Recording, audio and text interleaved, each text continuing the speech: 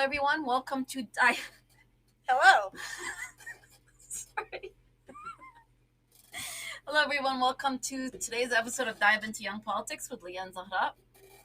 Today we will have Shannon, one of our water protectors, joining us to talk about the importance of protecting the water and everything that has been going on with that. Yeah. But before we get started with our usual show today, we do want to take a moment of silence to recognize those lives that were lost 20 years ago and the endless lives that have been lost since that conflict throughout the globe. And we're just going to take a moment of silence to reflect on those lives that were needlessly lost.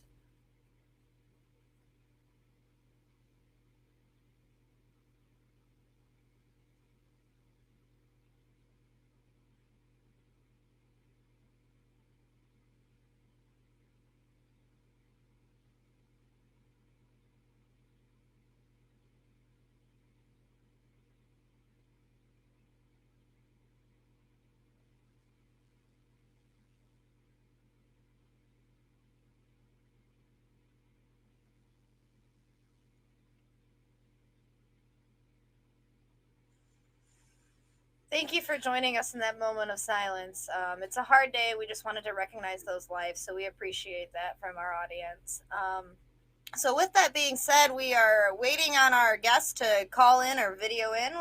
Technical difficulties are always a side effect of using technology.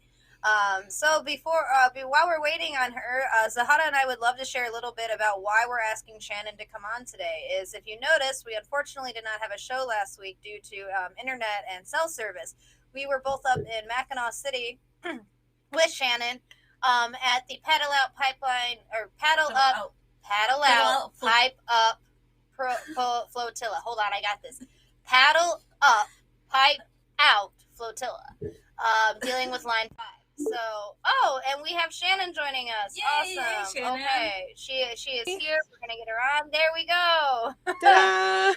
Hello. Hi, can you guys hear me okay? Yeah, we can hear you just fine. All right. Yeah, I just needed to get a newer computer and use my newer computer. That worked. Yeah, no Okay, worries. cool, yeah. Sometimes it's difficult. The Restream doesn't like iPads or iPhones. We've learned. Yeah, it doesn't play nice with Mac. Yeah, it doesn't play nice with Mac. That's for sure. Well, we were just getting started talking about what we were doing last weekend, explaining why we had you come on. So we'd love to start off with you just kind of introducing yourself. And we always ask our guests to tell their story about how they got involved in activism and politics. And we know you've been doing this for a little while, so we'd love to hear from you. What was really that thing that got you started? Well, I'm Shannon Donnelly. I am, my home base is over on the western side of the state, over here by Holland, Michigan, just north of there in Grand Haven. And I think the first time, I was raised by bleeding heart liberal parents. So I've always known to stick up for the little guy. My mom and dad both were on the collective bargaining unit. My mom for the Nurses Association and my dad as a teacher. So I grew up with both parents that were overworked, underpaid service professions. But I have activism kind of in my family, and after the last administration, I really needed to try and figure out what I could put the most energy into, and that was a difficult thing to do. But in 2015, I was watching the news story about Flint, and I sat on my couch alone crying, and I think that was the first time. That was the first crack in the getting my butt off the couch, because I just went out on a February cold ass day, and excuse my language, and stood out on the pier in Grand Haven with all these entitled people saying, can you give money to Flint? And they were saying, what's going on in Flint? And I was like amazed that in this state there are people that were that unaware of what was going on and the tragedy that was going on. And here we are in this beautiful, right on the cusp of Lake Michigan and the Grand River, not understanding how important our role is. And then came Standing Rock. And again, sitting there crying. I had seen what was going on up to that date, and then I ended up actually having a friend that was out there. And before I knew it, my entire Thanksgiving was ruined because I just couldn't stop watching the live feeds coming from Ochetti. And then December 5th was the beginning of the end of sitting on the couch for me.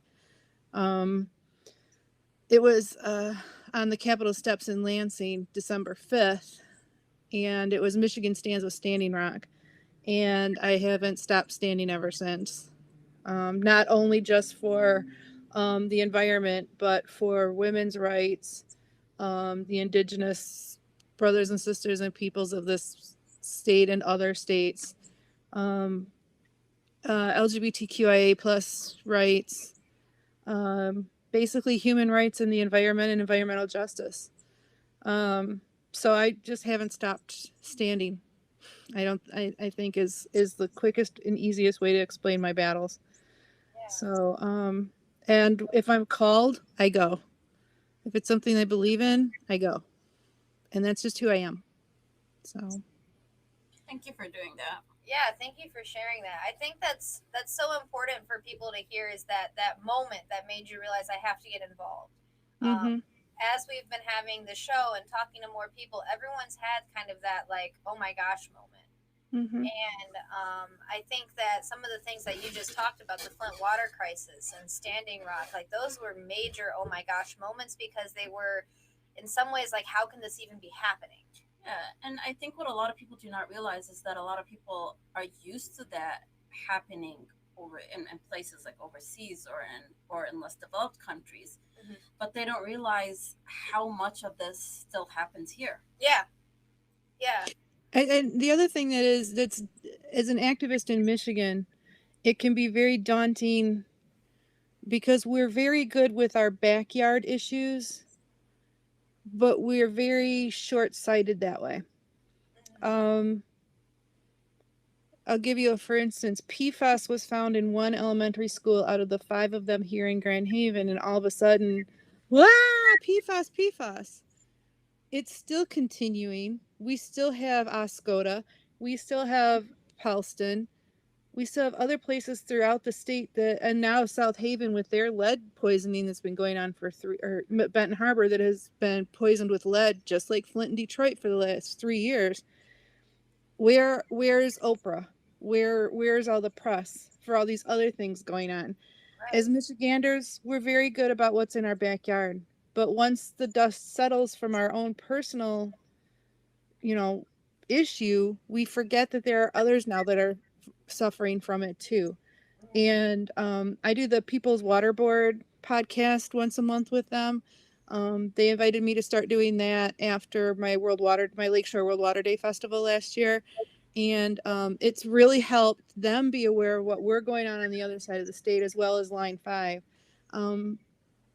Because we just got done battling a municipal power company that wanted to put natural gas peaker plants where they had put a coal ash plant, and have also found cyanide, PFAS, arsenic, chromium, and 13 other carcinogens. They were going to put more development on the island.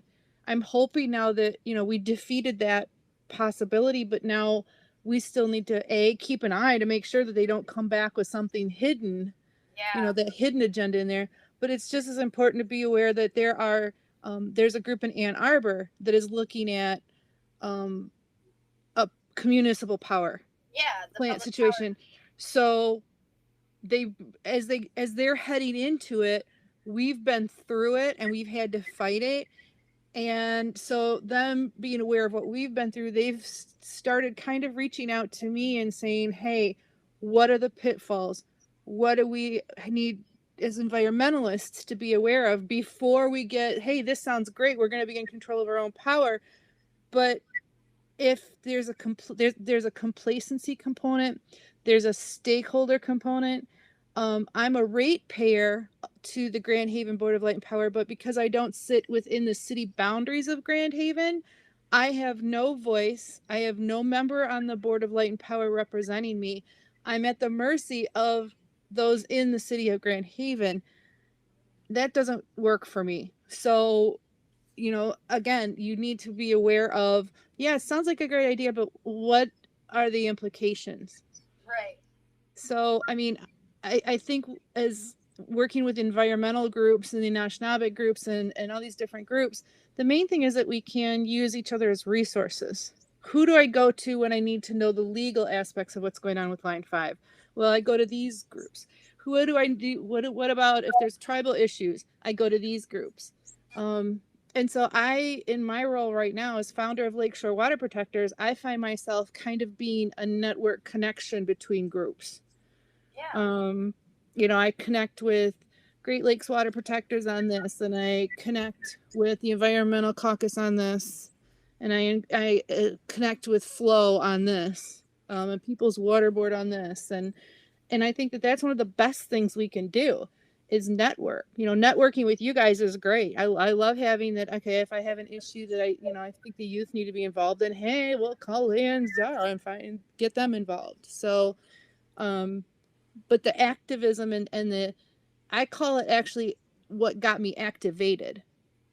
And I speak in terms of verbs.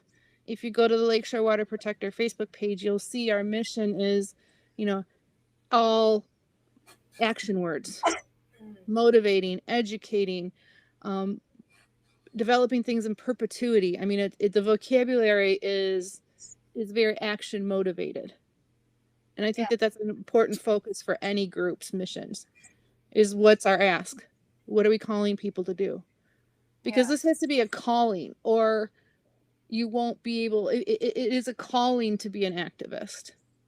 Definitely. Because it's not something you can just put down, No, even so, on those hard days, you can't just put it down. Yeah, and I think that's where it takes a toll on people. Sometimes it's like you feel like you can't take a rest, but at the same time, our brains and bodies need that rest, though. Exactly. I mean, I did take last year off and really had to put some energy into me, and after last weekend, I actually went kayaking Tuesday with my sister, and I found it was just and the river was just as still as glass. It was absolutely gorgeous. And I found myself letting her go, because I just needed, and even today, I just get peopled out. I need to replenish. Yeah. And so, but at the same time, it's good. It was good to see old friends up there. It's good to see the old gang, to see us all together. But it was great to see you two up there. I was so happy to see. It's great to see new people that are aware and educated about what's going on everywhere. Yeah, that's definitely been something that I've been trying to get to for the past few years. So I was super glad that we made it up there. Yeah. Around to it and help support the movement. Yeah. So you guys are watching Dive into Young Politics with Leah and Zahara, live streaming on Facebook, YouTube, Twitch, and Twitter, and other top social media platforms. You can like, follow, share, comment, and subscribe. Thank you for watching WJZZ Cool TV, the coolest station in the world. I think that networking, the other side of that does is it builds that community. So you have those relationships with people where you're not out there fighting by yourself anymore. You know that you have like a group with you that's fighting for these same causes. And I think last weekend there was a lot of replenishing for a lot of people. There was a lot of excitement. There was a lot of we're doing something. But I could tell from the people that were there that they had been looking forward to seeing that community, to being around those water protectors. And then when we all left Mackinac, I loved seeing the statuses where people were checking in, like, made it home to Detroit safe, made it back to the west side safe. And then, like, it was really cool because you got to see that, like, they really were people from all over the state who came together for Line 5 to shut down Line 5. Mm-hmm. And I feel like sometimes when I'm sitting in Ipsy and I'm talking about Line 5 and people are like, what does that matter? Like, it's not down here. Like, it's so important to go up there and be in those lakes and be on that water and see it and respect it and care for it. And I think that last weekend, being up there for that Line 5 event, a lot of people seem to be feeling that way. Yeah, and just showing the news, like, just showing the pictures from basically being up front, like, right there, like, going to the factory itself, to the pumping station. Yeah, the Enbridge pumping station. It was like this. It makes it real. Yeah, it really does. You know, and you hear the hum of the pumps, and it makes you stop, because if you go another 100 feet down the hill you'll be in the lake. Right. Yeah. And it's every time I go up there, and we were up there May 12th and 13th. We did an action day because that was the governor's deadline, 180 days to shut it down. I mean, you think, yeah, it was that was the first time we all got to see each other in a long time. And we brought people from Line 3 to fight out in Minnesota, and then some of them were there last weekend. And it was so good to see them, because their fight is done. They put up the good fight, and the oil's still going to flow. And we've been putting up this fight with Enbridge since 2015. They were forced to do a maintenance film. So we've got documentary in 2015 of how bad Line 5's condition was. And then I think the movement from Standing Rock to Michigan to Line 5 happened then. And we had that year, the paddle up was 200, 300 boats. Wow. Yeah. I think the pandemic, we've lost, we have to be more cautious about bringing tribal elders out. And a lot of people are just cautious overall anyway. And yet the core of our groups, Senator Irwin, Fred Harrington, we had at least one tribal Jaman out. But I can tell you that first year in 2016 was my first time I met Dana Nessel. She was underneath the bridge saying, "I'm shutting this thing down. I'm going to work my butt off to get this thing done." Yeah. And she's lived up to that promise. Governor Whitmer has kind of waffled back and forth. But she's been on the front line talking to Enbridge. Sadly, trying to get Enbridge to listen has been, falling on deaf ears. And we've come to the realization that the tunnel project that Enbridge has proposed most likely won't go through, but it's been a great way for them to try and get us to divide and conquer. Yeah. And it's not working. We still know we need to shut down Line 5. We're still working towards that end. So last weekend was again another magical weekend. So many things learned, like even knowing what was going on, just so many things learned, and it brought a new perspective. And I think for a lot of people, it just re-energized us being there, like after being in the pandemic for so long, just being there, like I think like re-energized us. And that was needed to continue the fight. But for now, let's take it a step back, because like we know what Line 5 is and why we're in this fight for the water protectors. But a lot of people don't know. I mean, before becoming involved, I didn't know what Line 5. I didn't even know that there was anything like that here. So can you give us Sure. why we're in this fight, what Line 5 is, and what its spillage will do to our waters? Sure. I get this asked a lot. In fact, Friday night while we were doing the light brigade underneath the Mackinac Bridge, there were people there asking that actually, excuse me, what is this Line 5? And they ended up being from Elkhart, Indiana. And so when I told them, if you picture a 20-inch pizza, you picture two of those next to each other, that's how big these pipelines are. They're two 20-inch diameter pipes, so it's Line 5A, 5B, but we call them Line 5 collectively. They were put underneath the Straits of Mackinac in 1953. And what runs through them is oil that's sucked out of the ground in Canada, not trucked, but pumped through those pipelines across the Upper Peninsula, underneath the water of the Straits of Mackinac, and down to Sarnia. And then it's processed in Sarnia, which is down near Detroit. It's basically a pipeline that goes from Canada to Canada and cuts through our beautiful Straits of Mackinac water. And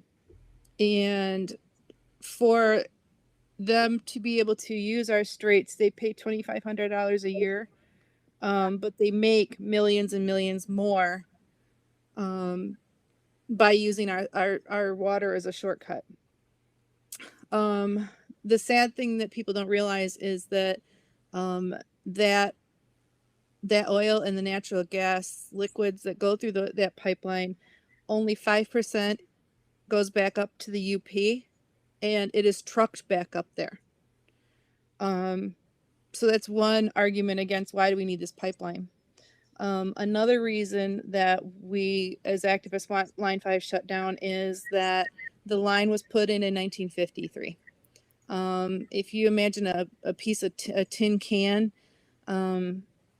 being wrapped in plastic wrap or something and put in a bucket of water, you'll see that it can deteriorate.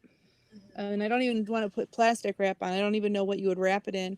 But in 2015, when Enbridge picked up some attention because that line was there, they put a mini sub along it for maintenance reasons, and the currents underneath there have twisted the line so that instead of going straight, there's part of the line that is bowed.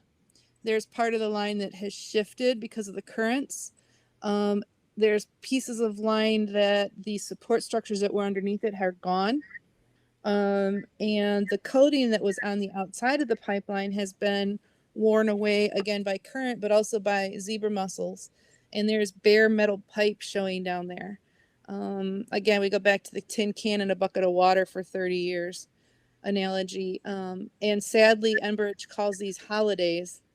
I don't know why. No one else knows why, but there are a lot of exposed areas of metal on that pipeline.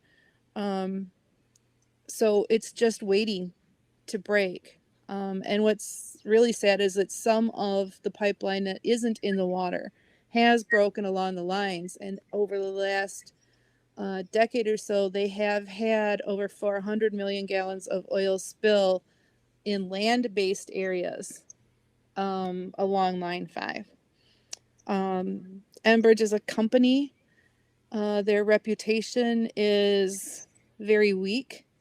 And if you want to ask anyone what they think about Enbridge, ask anyone along the Kalamazoo River in Marshall, because that was Enbridge Line 6A that burst, making the largest inland oil spill ever in this country. Over $100 million has been spent over it, and 1.2 million gallons was spilled over a 17-hour period of time. Enbridge engineers compared their control room while the Kalamazoo River oil spilled as the control room at the beginning of the cartoon The Simpsons. There was panic and confusion. They didn't know what to do. But if you back up the investigation that they found was that citizens along the Kalamazoo River smelled something in the water, and then it started coming through the tap water, and they called the police department. The police department didn't know what to do, so they called the fire department. Fire department wasn't sure what to do until they realized that there was an oil pipeline right along the river, and they found out that Enbridge owned the pipeline. And during that time, 15 hours prior to that, a warning light had gone off on Line 6A in the control center, and it said it had an air bubble in the line. And the procedure in case there is an air bubble in any of Enbridge's pipelines is to increase the pressure to push the air bubble through. So instead of investigating what was causing this, up in Calgary, where their headquarters are, they pushed a button and sent 5 times the amount of oil and 3 times the amount of pressure through Kalamazoo Line A. And that ran for another 15 hours like that. And now we have an environmental disaster from the Kalamazoo River. This is the same company that we're trusting the Straits of Michigan water to. The Straits of Mackinac has, since 1953, there's been a lot of scientific research done. The Straits isn't just one body of water. It's the Michigan and Huron connection. And what they found is that Michigan and Huron act as almost like an hourglass if you tip it, or one of those one of those crazy tippy things that you see the water and the oil go back and forth in. Yeah. The barometer drops on the Michigan side. The water rises on the Huron side. They've also learned that there's an 83 knot current sometimes underneath there. I mean, those currents underneath there are just crazy. University of Michigan has done a really great video that shows what the spread of oil would be like, upper level, middle level, and bottom level of the areas that Line 5 will expose. And in about 2 weeks, the oil will permeate through the currents into Lake Michigan down to about the Traverse City level. And that would be just the beginning of it. And I really don't want to trust a company that can't even shut down a pipeline in 17 hours. What would happen if those lines break in the straits in 17 hours? They let that oil run. Yeah, there's just so many reasons not to trust Enbridge. One of my little actions that I did was when I found out they had met in 2018, they met with a group of stakeholders, the Coast Guard, Army Corps of Engineers, Enbridge, some environmental groups. And the question was posed, well, what are you going to do in the winter if the pipeline breaks? How are you going to handle that? And they said, well, we'll have our engineers go out with chainsaws and put absorbent boards down. Okay. Yeah. Are you all just going like, what are they thinking? Are y'all having a WTF moment? Because we all did when I heard this. I'm like, what the heck is an absorbent board? What is that? Not only that, but how are you going to chainsaw? I mean, the ice on the straits. I mean, we're talking, it's cold in Mackinac. Yeah. We're talking ice 5 feet thick. Not only that, but Enbridge only has 12 employees at their pumping station on the Mackinac side, and we don't even know if they have that many on the McAlpin side. Okay, so we're picturing what is going on. So like absorbent boards. So me and my little group of friends got some packages of absorbent pads and mailed them to Enbridge to help them clean up the oil. I love that. Such a smart ass response. I love it. Well, I don't know what other kind of absorbent board they're gonna do. So maybe they're gonna stick a bunch of maxi pads on some wood, some paneling from somebody's basement in the 70s. I don't know what they're gonna do.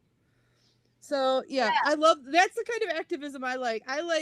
There's another group, I think it was the KXL, might have been the Keystone Pipeline, where a bunch of people got together and built and got money from the bank and built some tiny houses, like this little tiny house village, right?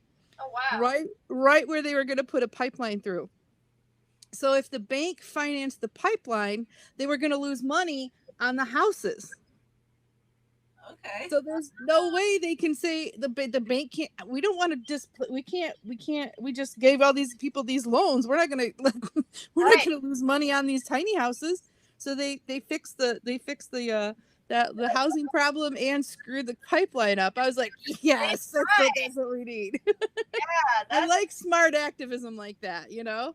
Yeah, that's thinking outside of the box. That's really. Well, I think when you're taking on pipeline companies, you have to think outside of the box. Yeah. Like you have to, like you were saying, you have to have like legal advice. You have to have activist advice. You have to be creative about it. And one of the things with Line 5 that I was speaking to Michelle Dietrich about is that we have to bring more national notoriety to Line 5. We need more people talking about it so that we can have larger turnouts. And you've got to be creative about how you're going to do that and how you're going to respond to them. The problem with dealing with it on the federal level, I know Michelle, and I know that her heart is in a good place, and she's up there she's fighting in Washington. But the problem is money. The money. It's not just the oil pipelines. We're talking the money pipelines. Yeah. And the other thing is the unions in Michigan have such a big pull and so much it's really hard. One of the things that we need to do, and the environmental caucus has been trying to work on this to some extent, is there was something called the Blue-Green Alliance, meaning the blue collar and the environmental alliances would come together and try and see eye to eye. And it's interesting that some of our union brothers and sisters, it depends on what part of the union they're in. Obviously, welders don't see, you know, they want to be able to build a pipeline. What do you need to build a pipeline? You need people that weld. What's hard is to prove to them that it's not an if, it's a when. Right.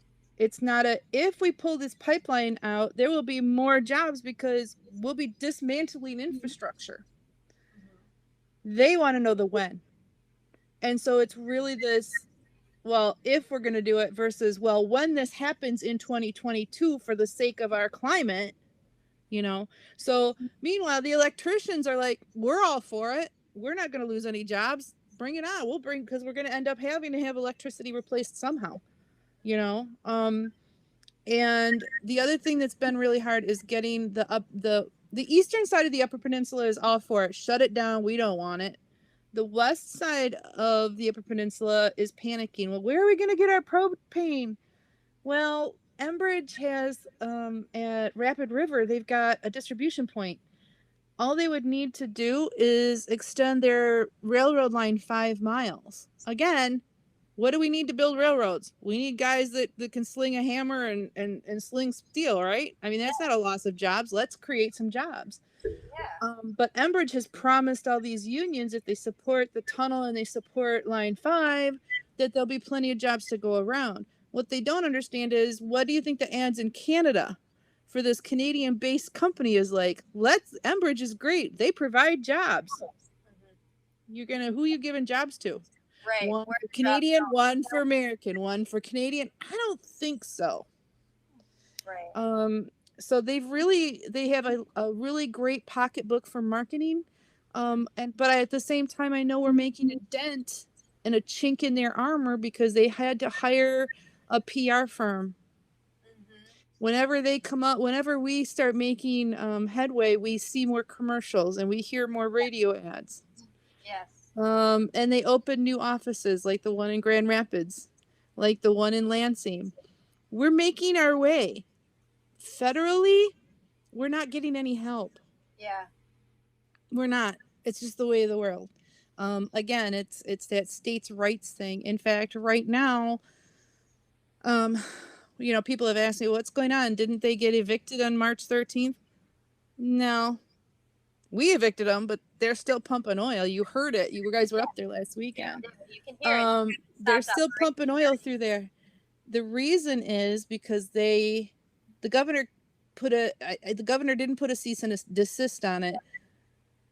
Enbridge filed suit and said, well, it's not a state issue. We only pay attention to the national something or other pipeline, something board or whatever. Right. So, and it's a federal thing, so we don't have to listen to the state. God bless Attorney General Nessel. She said, no, this is a state issue. You're going through our waters. The Straits of Mackinac fall within our borders. Bring it back. Bring the litigation back to the state. So luckily, the federal kicked it back to the state. And so it is. Last I heard, Sean McBrady from Oil and Water Don't Mix has said. I want to say he said later this month, it's going back into mediation. Wow. While the oil still flows. Yeah. We haven't had the call to action like they have in Standing Rock, where we've got a level red action. But I don't think it can have. We can do much more unless we go to that level. Right. So it's getting. I think we were getting to that point in 2020, but I think we're building again. I think last weekend was the beginning of us saying this has gone on. For the last 5 years. I go up to Mackinac every year, and I don't just go up for the paddle up. I just go up because every time we go up there, and this is what I tell everyone when I'm standing along the shore, and everyone's like, "Ooh, it's so beautiful. It looks like something from Shutterstock." Blah, blah, blah. I tell them this could be the last picture you ever see like this. Yeah. Because at any minute, this is the last time you're going to see this look like this. Yeah. And every year we go up there, we're underneath the bridge, and I yelled over to Thomas, I'm like, aren't we getting tired of doing this? Aren't we supposed to be doing this because we love the water, not because this could be the last time we're up here? And he's like, yep, this is the starting point of year whatever it is for whoever's up there. For this time, it was you guys' initial, inaugural launches. But we'll be doing it next year, and we'll be doing it the year after that until the line is shut down. That's why we had those cheers. What's our mission? Decommission. Don't just turn it off. Shut it down and get it out of there. Yeah. Because even if they shut the oil off, there's still residual in those lines. We've got to get that thing out of there. Yeah. And we're not a Canadian colony. We are the state of Michigan. We are the keepers of a fifth of the world's fresh water. And we should have been acting like it all this time. But in the meantime, let's do what we can now moving forward, because we're at a breaking point. Yes. Yeah. So first, you guys are watching Dive into Young Politics, live streaming on Facebook, YouTube, Twitch, and Twitter, and other top social media platforms. You can like, follow, share, comment, and subscribe. Thank you for watching WJZZ, Cool TV, the coolest station in the world. So let's talk a little bit, or expand a little bit more on that. I mean, what a lot of people know is that, yes, we have fresh water, and we get our drinking water. Like that's a lot of people's drinking water. But let's further expand on what would happen environmentally if we get if the pipelines leak, or if they interrupt. Because like the damage to the water, to the people's drinking water, is one thing, but it will unleash a whole slew of an environmental impact that will take us generations to overcome, if we're able to. And what frustrates the heck out of me is those dumb Dawn dishwashing liquid commercials. Yes. I just want to throttle them, because it's added to complacency. Well, can't we just put the duckies in the dishwashing liquid and clean them out? Okay, what are you going to do to the fish? Right. That was going to be my question. Are we going to wash the fish in dish soap? Right. So I mean, that's the biggest example, and one of the most common examples I use for when people when people think about it. Because when people think of oil, they think of two things. They think about those dumb dishwashing liquid commercials. The other thing they think about is, well, if something's in the water, can't we just put those buoys around it and catch it? Yeah. Okay. I've seen pictures of that before. Yeah. Let me explain. Let me explain. Those buoys only work in water, in waves that are less than a foot. Oh. Okay, so I hear that there's some. Yeah. I was seeing those pictures that I've seen. Wow. Yeah, okay. Like that's. Now you've been out on the straits. Right. That's not What gonna are the odds? Now, even we last weekend we were blessed with some it was wet, but we didn't have the waves that that you saw the day after, like on Sunday or even Monday. You guys were out there, and there's whitecaps out there on the straits. Not only that, but like I said before, there's 3 levels of currents underneath there. Right. One of them moving at about 50 miles an hour. So that's great to catch the surface oil, but the pipelines are underneath. Right. Right. And okay, let's say you have a glass of water, you put some vegetable oil on, the water floats on, the oil floats on there. But if you put if you start with the oil at the bottom of the glass of water, it has to float to the top, right? Mm-hmm. So if the oil is floating to the top, and all of a sudden a 50-mile-an-hour current comes, whoosh. Right. That's not going to catch it. Yeah. Yeah. So it's unrealistic. The solutions that people have in their head that add to the complacency are just so unrealistic. The U of M study, and unfortunately I don't have the capability to share with you the maps that they came up with. The pipeline is on, if you're heading north over the bridge, the pipeline is on your left-hand side. For the viewers that weren't there and didn't get to see the ugly orange pipe that is out there marking where they want to put a tunnel. It's about, maybe a mile to the left of the bridge. Okay. But the University of M study shows the if when the pipeline breaks, the oil will disperse not just along the Michigan, the lower peninsula shoreline. It's going to flow most of it is going to flow the quickest estimates are that it will make it from the bridge to Mackinac Island within the first hour. Wow. And then it will hit the shoreline, the Mackinac City side of the shoreline and the St. Ignace side within 6 to 8 hours. And from there, it spreads along all four shorelines, both sides of the Upper Peninsula, both sides down along the Lower Peninsula. It'll take about 2 weeks before it'll get to me along the shoreline. But imagine the businesses, imagine the drinking water, imagine the homes. And there are 400 tributaries at that point that will be affected and infected with the oil.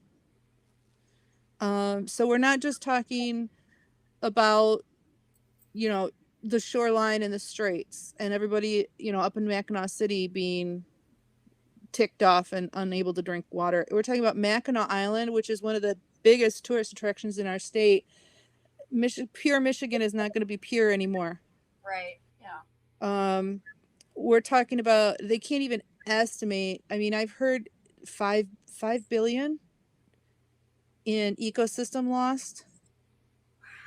I mean, these are catastrophic losses.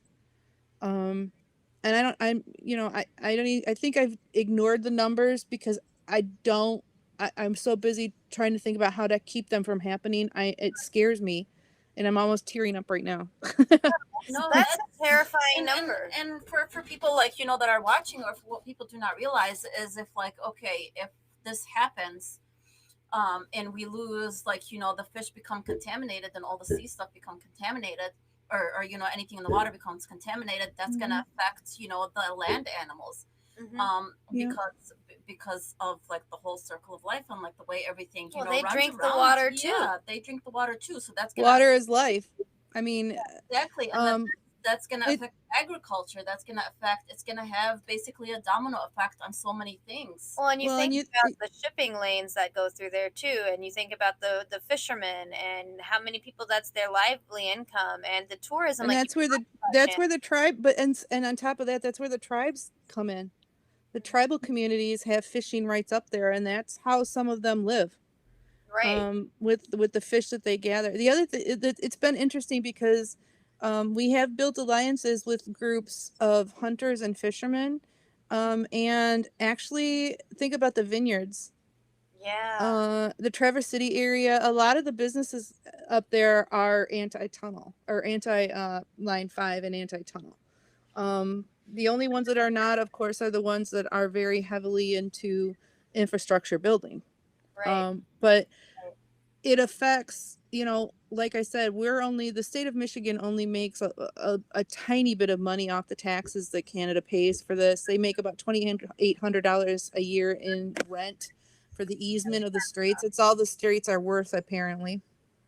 But the tourism industry, the agricultural industry, they bring in in 2015 numbers, I think, were 3.18 million in revenue in tourism and 3 point something in agriculture. Wow. And that's not including the taxes. That's not including, hunting and fishing licenses. That's not including things that you don't, the smaller things you don't think about into that. So if you think about Enbridge pays 2,800 plus, 3% of the billions that they make, but these other two industries make up $7 million income to the state.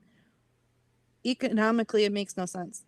Yeah, I was gonna say a lot of things that I've found when it's hard to get people to get involved is like, unfortunately, if you can talk about money, and you can talk about the economic aspect of it. Then people start looking at these numbers and going, okay, this just doesn't make logical sense. And those numbers that you're throwing out there, it just doesn't make logical sense. It just does not. But I think when we were in Lansing for Lame Duck Lobby Day, it was interesting back in 2016, because we visited. I mean, there are groups and groups of a little wandering groups of us hitting all these different senators and representatives in Lansing that day to try and get them on board with shutting down Line 5 before the tunnel issue ever came to light. And we could watch the staffers' eyes glaze over when we said, hey, you know, does your boss even fish up there?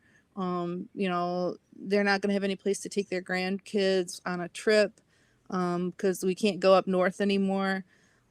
Okay, staffer was like, oh, and their eyes would glaze over. But when I mentioned those numbers, when we start talking numbers, they start scribbling down notes and putting it on the literature, on the sticky pad and the sticky notes on the literature for their bosses.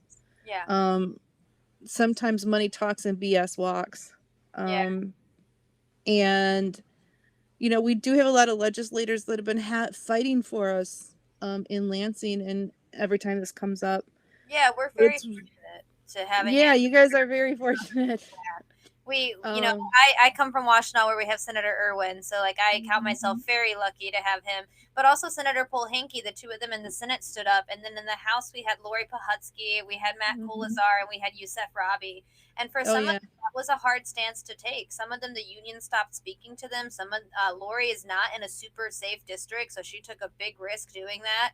And it's because that's what they believe in. They know the truth of it, and it frustrates me to see that we only had, did I say 3 people in the House, right, and 2 people in the Senate that really stood up very heavily and spoke in favor of Nestle's actions. That I think like have just supported, but have not really been direct or out there, and that's what we need more of. We need more people. And what's been, you know, when we talk about the Michigan legislature. My go-to is the Michigan League of Conservation Voters. They're nonpartisan, but their scorecard every year tells me a lot. Yes. Yeah, they're really good. And in July of 2018, 6 Democratic lawmakers, I want to say they were all in the House. They were Democrats, and they came out against Dana, filed 2 lawsuits against Enbridge. They came out against her lawsuits. They did not support the shutting down of Line 5, and they did not support her lawsuits. And a bunch of us were talking about it, and we called them the Sellout 6. Yeah. And I managed to get to a couple of coffee hours that 2 of the 6 had. One of them was so infuriated that I came and used Oil and Water Don't Mix's talking points that we had brought to Lame Lobby Day, and I used it as ammunition against them, and they were so incensed that they went back to Sean McBarty and said, what, I'm a good Democrat, why are you doing this? And Sean looked at him and said, why are you not supporting Attorney General Nestle? Yeah, it's true. Yeah, I mean, why are you a Democrat? Shouldn't you be supporting your good Democratic? I'm once again, sometimes there's logic. And sometimes my point is, if I'm giving you money as a Democrat, I'm giving you money, and it says in the platform we're supporting the shutdown of Line 5, you freaking support it. Yeah. Whether you agree or not, you're taking our campaign money, you're taking our party money, you support it. The excuse I got from party leadership was that we're a diverse party, so we're supporting candidates that for the most part support our things, but you know, we have to allow them some of their own personal I was gonna say that sounds like MDP talking points. Yeah, exactly. Don't get me started on the MDP, because the Green Party the Green Party of Muskegon is actually one of my biggest allies. Yeah, but that what you just said is a problem. There is, like, you know, why is the Democratic Party not leading in a much stronger way, united against these things? Like, I will tell you know what the answer is. Yeah. The answer is one word, and it starts with U and has 2 syllables. Yeah. If we had, you know, the leadership where they all stood together as a united, you know, that would make a bigger impact. Yeah. Yeah, and like I said, we're very lucky to have AG Nessel in the first place. If we didn't have her fighting this, like, we would probably, well, we know who we would have had instead, and there'd We've be got no to fight. We've got to fight. You know, we've got to fight for Dana to stay where she is. And you know, Governor Whitmer to some extent as well. I mean, she has been trying to hold the wolves at bay. When they met in June last year, or the year before, let's just ignore 2020 because everything's last it year. doesn't count. It doesn't count But yet. when Happen what? yeah, in June, she met Enbridge at the table in June of 2019. And they said, well, we're going to build the tunnel in 10 years. She's like, no, you're not. We're not waiting 10 years. So they come back with another plan. Well, we'll build the tunnel in 5 years. She's like, no. They said, well, we're going to build a tunnel. We'll get it done in 2.5 years. She said, no. Come back with a better thing. So they finally walked out. So at that point, they walked out. Mm-hmm. They walked out. Walk away then. We know so much more about the science involved in the straits. Not only that, but a group of our Native American brothers and sisters took their own personal money and put a mini sub down there. Oh, wow. They found an archaeological find that had never been discovered before. So technically, there are people from all over Europe that want to come and study our straits because the age of the find underneath there could change the anthropology books, could change the history books because of what they found down there, because of proof that on the bottom of the straits there looks like there is there's no other explanation. Nature doesn't like straight lines, and there's archaeological evidence of straight line building rocks, things that have been purposely placed there. Right. That the age of has to date like 10,000 years before anyone knew anything was going on here. I mean, it's a major archaeological find. The state of Michigan won't grant that. They won't say, well, we don't know that for sure. I'm like, there are people from all over the world that want to come here and study our straits. They have also found geologically that there is a fault line down underneath there that no one knew was there. Oh. That's worth looking at, and that's really not what we want to have Enbridge, of all people, drilling through to put No. Yeah. No. They keep leaving stuff at the bottom of the straits. Every time they put something in, they leave it there. They they're so sneaky. I mean, I could go on for an hour with all the stupid stuff they've done. They leave an anchor in the bottom of the straits, and didn't tell us until months later. They left a piece of drill pipe, 25 feet long, sticking up out of the straits. Wow. They were supposed to do bore drilling studies every 50 to 25 feet apart in order to make it cheaper and save time, and because their boat broke down 3 different times, they did it 200 or 950 feet apart. I mean, this company is just playing fast and easy, and just Enbridge Line 5 needs to go before something happens. What's it gonna take? Yeah. It's a whole. Sorry if it seems like I'm yelling. I'm just very passionate about this. We feel that. We feel that. That's why this is a really important topic, and we have to work better on getting more people mobilized and getting more people educated on it, because a lot of people don't know. For instance, one thing that we could do is start a boycott of those who benefit from that, to stop giving money to that oil company in general. But there's so much that we could do. So right now, what are your parting words for our listeners? Words of action. What do you want them to know? Anything like that? Words of wisdom from you. Words of wisdom from the shenanigan. Just be aware, be supportive of anything that's against fossil fuel infrastructure, because it's not just Enbridge, it's Enbridge Energy Partners LLC or something like that. Enbridge was part of DAPL. Enbridge is part of Keystone. They're all this fossil fuel infrastructure anytime we can wage a war and wedge the crack in their armor, we're winning. Don't give up the battle. Look for opportunities.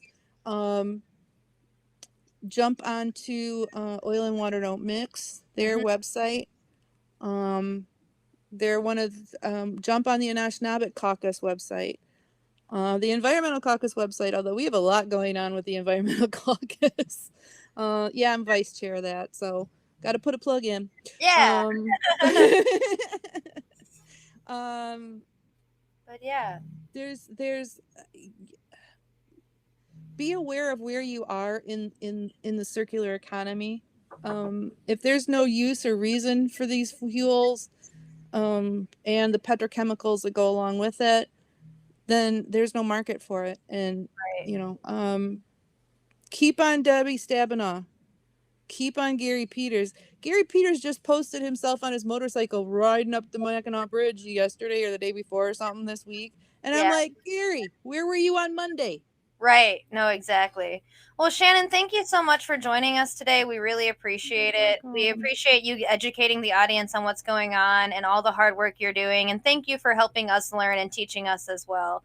Thank you for having me. I mean, I don't get this. Usually I don't have this long to chat with anybody about Line 5. So it was good for me to stretch those muscles besides just being there, because I've been doing this for so long and fighting this for so long. I forget I forget the numbers. Yeah. And they're changing all the time. So I am very happy to activate you guys in this battle against Line 5 and the Line 5 tunnel. So thank you for having me on. Definitely, and we'll talk to you soon, Shannon. We really appreciate it. Shut down Line 5. Water is life. Shut down Line 5. Water is life. Thank you, Shannon. Bye. You're welcome. Bye.